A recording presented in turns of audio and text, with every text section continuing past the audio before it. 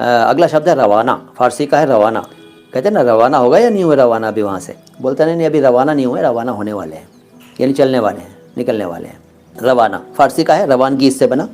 Sir अज़मत का मतलब पूछा है म्यूज़िक बॉय शर्मा ने। शर्मा जी अज़मत का मतलब होता है महानता, ग्रेटनेस, अज़मत। परवाना का मतलब, परवाना वो छोटे छोटे कीड़े होते हैं, भुनगे कीट, जो पतंगे जो शम्मा के इर्द गिर्द या मोमबत्ती के इर्द गिर्द या कहना चाहिए बल्ब के भी इर्द गिर्द बरसात के दिनों में खासतौर से घूमते होते हैं और सुबह मरे पड़े मिलते हैं। वो बहुत सारे कीड़े मरे हुए मिलते हैं ना लाइट के नीचे, जब बरसात होती है रात में, बरसात के दिनों में, गर्मी के दिनों में, तो बहुत सारे कीड़े अचानक लाइट के इर्द गिर्द मंडराने लगते हैं, मंडलाने लगते हैं और वो फिर शम्मा के इर्द गिर्द घूम घूम कर ही जान दे देते हैं, तो वो परवाना कहलाता है।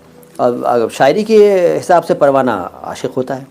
नासाज का मतलब ठीक ना होना, जो साजगार ना हो, नासाज ठीक ना होना। तबीयत नासाज है, कहते हैं ना तबीयत ख़राब है आपकी, क्या आपकी तबीयत ख़राब है, क्या आपकी तबीयत नासाज है, नासाज। हकीकत और वाकई में क्या फ़र्क है भैया? हकीकत सत्य और वाकई वास्तव में।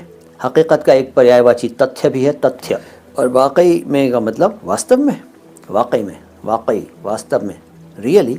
और एक शब्द जो है रोज़, रोज रोज रोजी, रोज रोज रोजी, रोज रोज रोजी तुमको प्यार करता है, रोज रोज रोजी तुमको प्यार करता है। जिसको कई लोग रोज़ कहते हैं। अरे रोज़ रोज़ तू ऐसी बातें मत करा कर, अरे तू रोज़ रोज़ चला आता है, ऐसे बोलते हैं ना रोज़, रोज़ नहीं, रोज़ है, रोज़।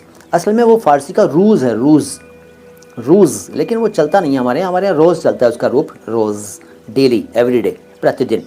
हिंदी में भी खूब चलता है रोज़, और रोज़ाना भी चलता है, रोज़ाना, रोज़ाना कई लोग कहते हैं रोज़ाना, तो वो रोज़ाना है, रोज़, रोज़ाना, ये सब हिंदी में खूब चलते हैं, फ़ारसी के हैं।